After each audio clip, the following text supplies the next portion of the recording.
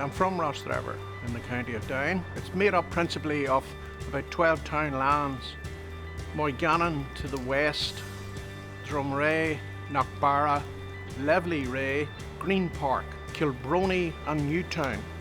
And out in the Caisleán area there's Ballynedden, Ballindolte and Ballintor. And that goes to make up all the town lands that is the parish of Kilbrony. Támas bhí lethar I barca fárise Caisleán Uidhilín agus má ghlaicimid slíomh crúb ar cúil tuigid sin ó cos na anmhaithe crúbe.